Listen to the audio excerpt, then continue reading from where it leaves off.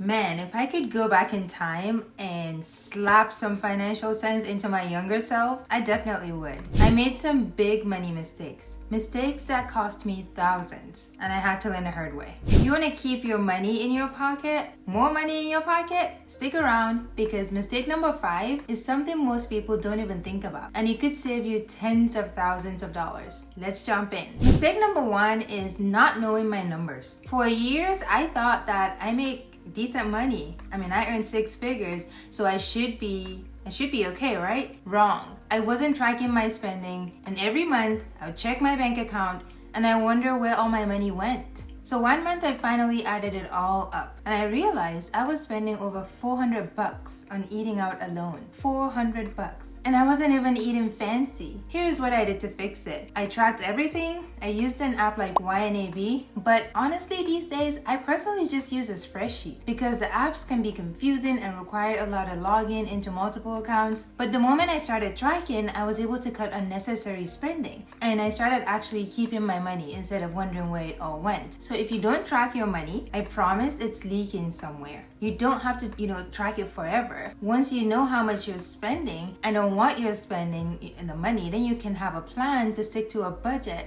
and you don't have to worry about every single dollar anymore. The second mistake is not automating my finances. This one hurt me more times than I would like to admit. I used to manually pay every bill, transfer money to savings account when I remembered. And somehow I was always behind. I wonder why, right? And I'll forget to pay a bill, boom, late fee. I'll tell myself I would save at the end of the month, but by then, the money was all gone. And worst of all, it was all avoidable. The game changer for me was automation. I set up auto pay on all of my bills, and so that I don't have to get hit with late fees, schedule automatic transfer to all my saving accounts and investments before I have a chance to spend it all. It's kind of like putting your finances on autopilot. The less you have to think about it, the more consistent and stress-free it's gonna be. It has truly been a game changer for me. Mistake number 3 is not investing early. When I was younger, I thought investing was for the rich people.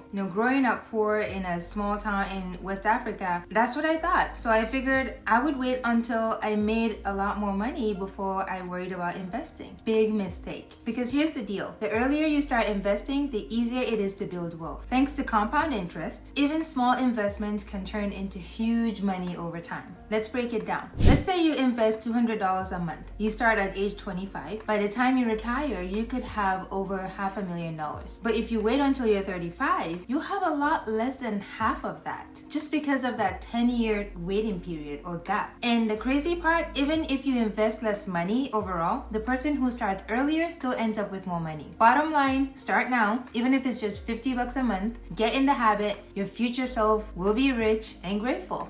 Mistake number 4, not building my credit before big purchases. This mistake cost me thousands of dollars. And I didn't even realize that at the time. When I bought my first car, I did not have a great credit score. And because of that, I got stuck with a ridiculous high interest rate. Here's how bad it was. A better credit score could have saved me over $100 a month on my car payment. That's over $6,000 that I just wasted over the life of the loan just because I didn't prepare. And when it came time to buy a house, similar story. The difference of just 1 to 2% on a mortgage interest rate can cost you tens of thousands of dollars overall. So here's what I wish I did earlier. Build my credit before needing it, pay bills on time, right? Keep your credit utilization low, and so on. All the things to make sure you have good credit before you're gonna need it so that you can get the best interest rate. Mistake number 5 is understanding the cost of renting versus buying. For years, I thought buying a house is always the smarter move, right? Wrong.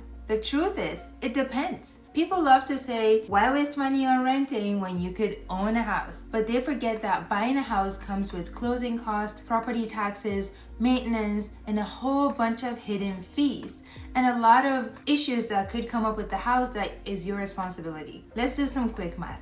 If you're moving every 2 to 3 years, amount you lose in closing costs, agent fees, and moving expenses can be more than what you would have spent to just rent throughout that time. On the flip side, if you plan to stay in the same place for 5 to 10 years, buying might be the better deal, especially if property value goes up. But it's not always guaranteed, right? Lesson: run the numbers before deciding if renting or buying makes sense for you. There are rent versus buy calculators online out there these days that you can use to easily run the numbers before pulling the trigger on your final decision. Alright, those were the 5 money mistakes that cost me big. Hopefully, now you can dodge them and keep more money in your pocket. Which of these money mistakes have you made? Drop a comment below. I promise I'm not gonna judge. I read every one of the comments. And if you found this video helpful, hit the like button and watch my other video somewhere here on the screen, and I'll see you next Friday.